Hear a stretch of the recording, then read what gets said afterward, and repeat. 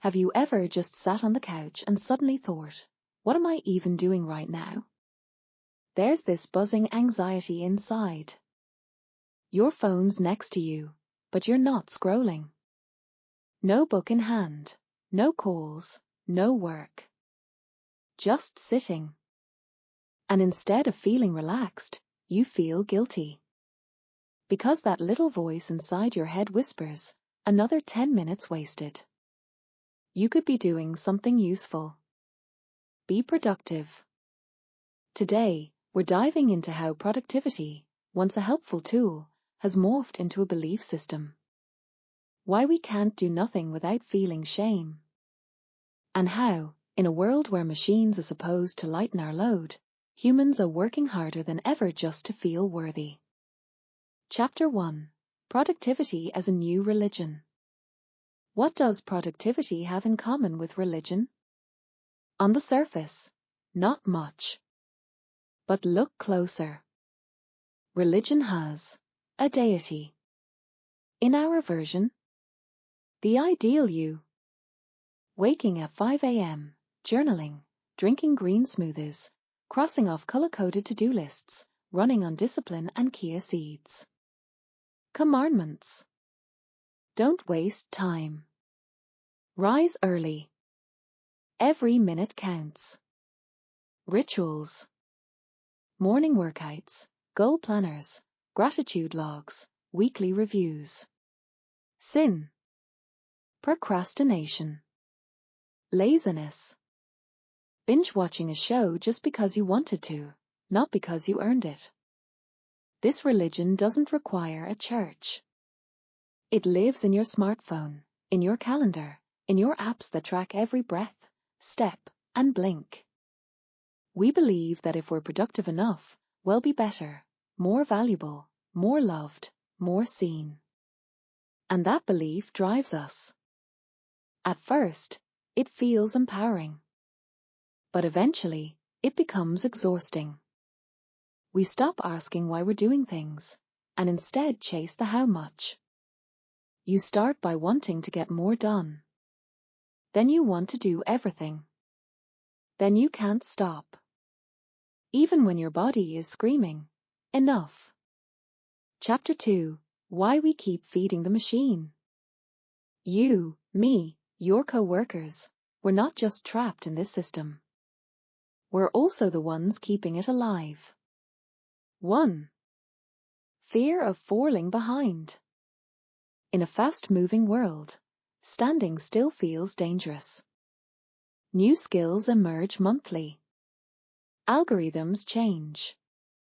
You start to think, if I don't keep up, it'll be irrelevant. Not successful. Not useful. Just invisible. 2. Constant comparison. You see people who have it all together. They run marathons, build startups, read 60 books a year, and raise 3 kids, all while smiling on Instagram. You're just trying to remember if you drank water today. 3. Productivity sells. It's an industry. Books, apps, courses, YouTube channels. Everyone's selling a system. A fix. A plan. And it feels good. Because in a chaotic world, productivity gives you the illusion of control. 4. The work-life blur. There used to be boundaries. Work ended. Home began. Now. Emails at 10 p.m. Slack messages on weekends. You eat thinking about work. You sleep thinking about deadlines. And you start to believe that you should be productive all the time, because you're always on. Chapter 3. What this is doing to us. Let's be honest. We're exhausted. 1. Burnout. Not just tired. Empty. You're not angry, not sad, just numb. You go through the motions, keep checking boxes, but inside, you feel nothing. And worst of all, you feel guilty about that. 2. Rest feels like failure. You can't even relax without guilt. Even when your body begs for a break, your mind says you should be listening to a podcast, reading a book, learning something. Use this time. Don't waste it. So you never really rest, not deeply. 3. We've lost the present moment. You're always planning, optimizing, projecting. Even on a walk, your mind races through unfinished tasks. You're with a friend, but thinking about emails. We've learned how to do more, but not how to live more. Ending, taking yourself back. Here's the good news. You're not broken. The system is. And the way out doesn't start with a new app. It starts with a question. Why am I doing this? Not for likes. Not for promotions. Not for perfection. But for you.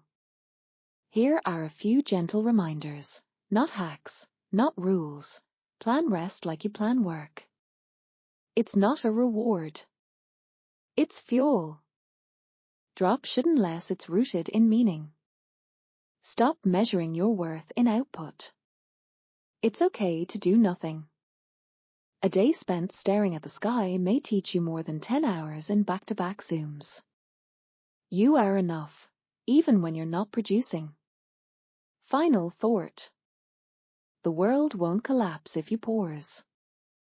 And you don't become less human just because you rested. Productivity isn't evil. But it's not sacred, either. It's just a tool, like a pen or a hammer. You are not a machine. You are not a spreadsheet. You are not a waste when you stop. You are alive. And you have the right to live, not just perform. So no, you don't need to burn out to prove you've lived. You just need to remember, you are more than what you do.